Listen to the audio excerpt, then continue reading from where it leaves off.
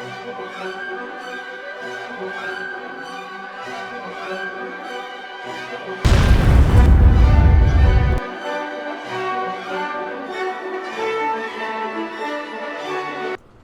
everyone, welcome to Fiaura.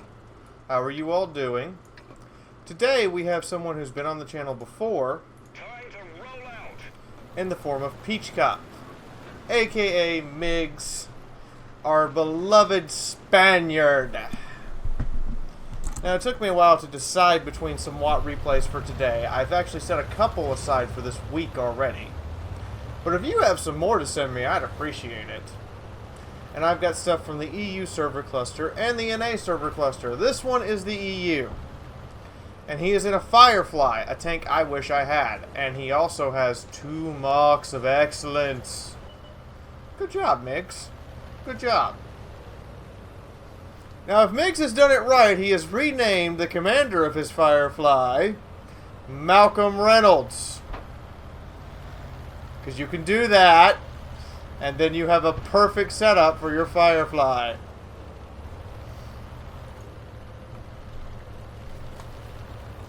And he's named his Avenger. And has a... well, he's pretty good at it because he's got a pair of marks on it. Now, for those who don't know, the Firefly in World of Tanks represents the Firefly that existed during World War II in order for British tank units to have a heavy anti-tank gun to take out Tigers with. That's how fearsome the Tiger's reputation was. In reality, it was not actually this super effective all-encompassing machine. But that's how fearsome it was the British actually designed a tank specifically to kill Tigers.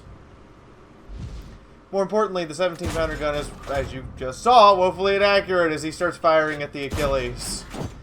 But it does, for a tier 6, it kind of hits a little hard from a tier 6 medium. It's one of the hardest hitting guns a tier 6 medium can possess. Seeing as, well, the 3485 has the next highest caliber gun and its average damage is 140. This one is 170. As well as packing 171 average penetration. Excuse me, 160. My bad! But you get the gist of the idea. Now let me move my camera a little bit so you guys can see the map. I apologize for that. My bad! Oh, little Crusader. But yep, you gotta let this gun settle. Granted, it still does have a very high rate of fire. You do, however, have to let the gun settle down. Now, the defect with wielding that 17-pounder is this little Sherman, because that's what it is slow. You will also notice an extra box on the back of the tank. That's the radio. They had to move the radio out of the crew compartment to fit the gun, and then they had to turn it sideways so you could load the gun from the top.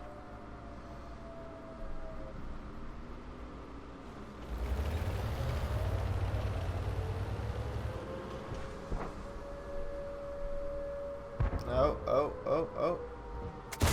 That's a house, Miggs. Come on. You're better than that. That siren.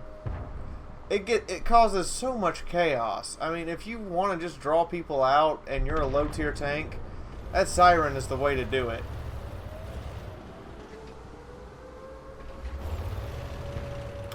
And that's exactly what those guys on that cap are doing. You got a KV-1 and a Sentinel capping. Oh, I think you got 3 on cap. Holy crap, that's moving really quick for an encounter. Somebody needs to get in there. Oh, there we go. Somebody got the reset. I think that Sentinel took a hit. Yeah, he did. That's how a little tier 4 can cause some chaos in a tier 6 encounter mode. Get on cap. I mean, yes, it's going to take forever to cap. You're not actually going to cap, probably. But you're going to make people think you are. And the sound alone will drive players to do stupid things. Now, against a Cromwell, the Firefly does have slightly higher damage per minute. And as you can see, he's winning the DPM race right now, even if he's taking hit after hit, and his allies finish it off. He probably ammo racked or loaded that Cromwell for that Cromwell to be firing that slow, or that Cromwell just had a terrible crew. Technically, Miggs should have walked away barely alive, seeing as the Cromwell has thicker armor than the Sherman. But, hey, I lost half your hit points for that encounter. And his team is technically losing this Derpenberg match here. He's looking for the Achilles that was up here and not finding it, which is kind of a little bit... Oh, shit. He's a two-shot for that Hellcat. Granted, the 17-pounder's high explosive rounds will penetrate the Hellcat's thin skin. Hellcat is looking for a shot. Miggs, and aka Peachcup, is looking to pull him back. Just not going to happen one way or the other. Oh, there's the Achilles. Now he's in trouble. He's wedged between two tank destroyers. And he's just barely peeking over, delivering those shells. And the Achilles, of course, is now knocked out. But the Hellcat puts him down to a one-shot. He returns fire to the Hellcat. Delivers another one. Hellcat is tracked and can't shoot him. Oh, he's dead. Got lucky that Hellcat got double tracked by the AT-8 behind him. Don't ever underestimate the AT-8's rate of fire with its little bitty gun.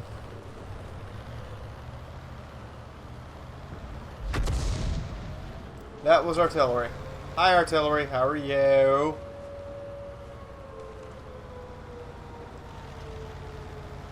Now, Peachcup, you a one-shot for just about everything. And it ain't looking so good for you and your friends. You need to take care of this shit. Oh, you got lit. That's not good. Oh, the cap has been reset hardcore, and that little tier 4 Sentinel. I'm sorry you bought a Sentinel. Ooh, but the T-34 gets box tanked. The entire game, Miggs' team has either been tied or losing in terms of number of tanks left alive. The entire game. It doesn't look like that's going to change. Oh, the AT-8 gets the Sentinel. That's good news for Peachcup here. Him and the AT-8 are making a pretty good team out of it. Artillery is trying its best to kill that AT-8 because the remaining tank destroyers are going to have a hell of a time killing it. Should they miss their shots, it can rip apart one of those tank destroyers in seconds. Literally about 20 seconds, and the AT-8 could rip them apart from full health. Now, Peachcup does understand that the Hellcat will outspot him. The box tank won't, but the Hellcat will. And so he decides to adopt a defensive position near his AT-8 friend. And there's the box tank going and hunting artillery.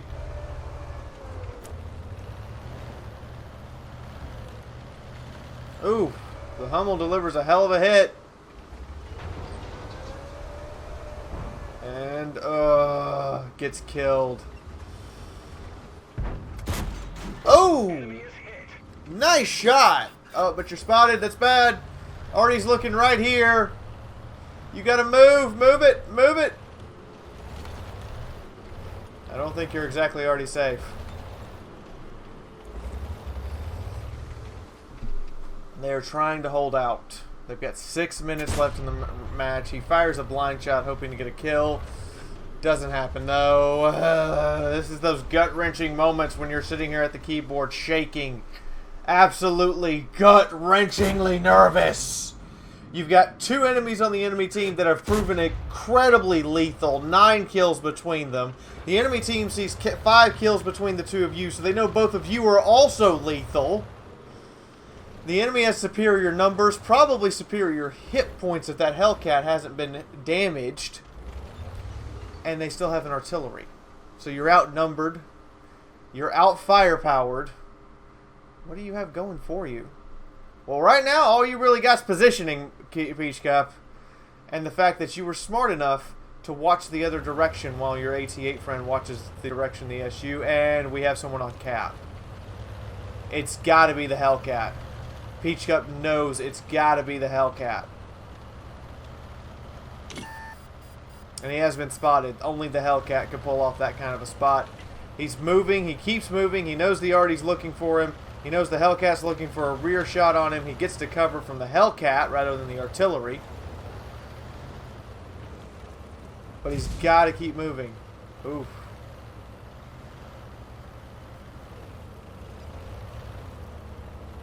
He's absolutely got to stay mobile here. Slowing down and stopping, will, there won't be anything left of him.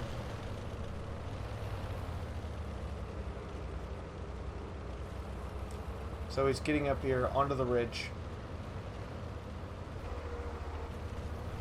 to cover the AT-8.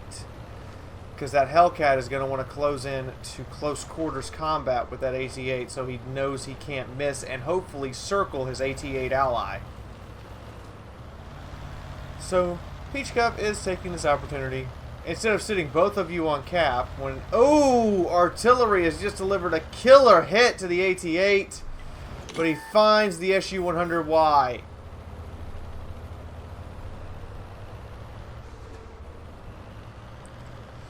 SU-100Y has also found him, but he knows the SU-100Y doesn't have very good gun depression, so if he can get underneath its massive 130mm gun, that's right, it uses the same gun the IS-7 does, just with a lot less pen, he can take it out. He gets it, but his AT-8 ally is destroyed by the Hellcat. It turns out it was not the Hellcat on cap, it was the SU-8. Plot twist! The artillery derped him in the face from behind cover.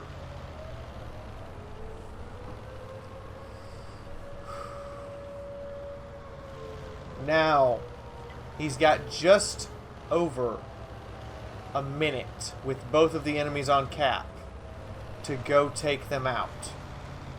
The Hellcat has a better view range. The Hellcat has better camouflage. What the Hellcat does not have is higher DPM, meaning if the Hellcat misses or can't get a shot, you've got a chance in hell. But right now, you've got just over 30 seconds before that cap meter is going to fill up. You've got to get a reset, or you've got to get on there with them and stop it.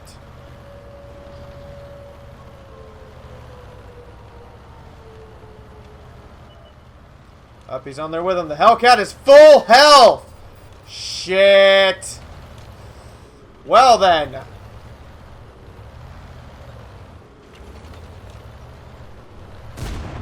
Enemy armor is damaged. He's trying to side scrape the Hellcat. The Hellcat doesn't fire. He doesn't know he can shoot through the wall. Penetration. Hellcat still... Oh! Hellcat ricochets his turret and is reduced to a one-shot. He's not going straight out after him, though. He knows the artillery is covering that Hellcat and is right across the river. Probably frantically moving. Yep, there it comes. He's frantically moving to try to get a shot at Peachcup right now. Permission to engage. Oh, he derps his shot. Enemy armor is hit. Oh my god, he got the Hellcat! Oh, it's just him and the artillery! Got him. Damn. Damn, you know how to give a girl a run for her money. Let's go take a look at the final stats, shall we? So here we have it, ladies and gentlemen, boys and girls, children of all ages. We have Miggs, aka Peachcup, on the EU server cluster, the Spaniard, pulling an ace tanker, a defender, and a high caliber. I do know my subscribers, by the way, those who, you know, regularly upload me stuff. I tend to learn where you're from and your name and that kind of stuff, if you don't mind. Just because I like being able to call you by your name. 2,689 damage, 5 kills, 1,322 raw experience, twice as much damage as anyone on his team. And that final Hellcat pulled 2,000 damage, so he had a hell of a fight. I don't know how that final Hellcat didn't know he could shoot through the wall. He had a perfect shot, and then he bounced it off of Miggs's turret. 29 shots fired, which you can expect 1 in 3 shots from the 17-pounder to derp and not actually hit its target, especially when the gun is not completely settled to 0. But he still did almost 2,700 damage, only 300 of which was from long range. He was point blanking to mid-ranging most of his shots in this Firefly. The one shot that bounced was the one shot that mattered. 240 off of the Hellcat ricochet. He did get 90 defense points and traveled 3.5 kilometers over the course of this match. He even got a little assistance damage. Not bad. Not bad. 13 minutes. Jesus, you went the distance. So, did everyone have a good time? Was it heart racing enough for you? Well, I hope it was. If you don't mind doing me a favor, could you load a shell and pump it at the like button for me? I would appreciate it. The channel would appreciate it, and it would let me know that you want to see more of this kind of stuff. These World Tanks replays. So seriously, take a second, click it. If you want to see more stuff by me, Fiaura, you can subscribe. There's a big red button. Press it like an orc. Trust me, orcs love big red buttons. Just go ahead and press it. If you would like to see the previous World Tanks video, it's right there for you guys. Go ahead, click on it, and go take a look. And lastly, if you want to support the channel, you can do so through Patreon. It's right there. If you're doing a one-time donation, because this has come up and now I have to go over it every time because one-time donation, there's a stream tip in the description below for one-time donation. And lastly, at the end of the, if you can't do either and you still want to for some reason, you can go check out the sponsor at the end of the video. That's how you support your YouTubers. In the meantime, from my house to yours, I will see you all in the next video. Bye-bye, everyone! This is not a position for a light tank. I'm just saying. Light tanks want to be very far away from the enemy, or at least not coming at them from the front. I think